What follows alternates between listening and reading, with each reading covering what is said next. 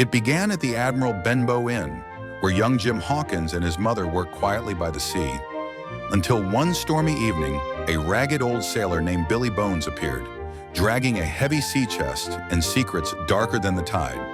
But trouble followed him. One night, with thunder crashing and candles flickering, Billy collapsed, clutching the dreaded black spot, the mark of death among pirates.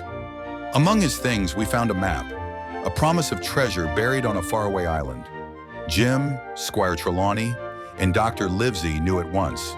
An adventure had begun. They gathered a crew, and Jim set sail aboard the Hispaniola, among them the charming cook, Long John Silver, who greeted Jim with a smile and a watchful eye.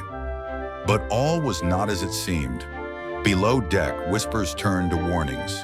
Jim overheard Silver plotting and knew he had to stay one step ahead. Weeks passed until at last, land ho! Treasure Island rose from the sea, wild and green. The crew cheered, but Silver's gaze stayed cold and sharp. Through thick jungle and watchful trees, Jim crept forward, compass in hand. But shadows moved, and pirates were never far behind. Then, out of the bushes, leapt Ben Gunn, a marooned sailor with a wild beard, wild eyes, and a craving for cheese. He would become an unlikely friend.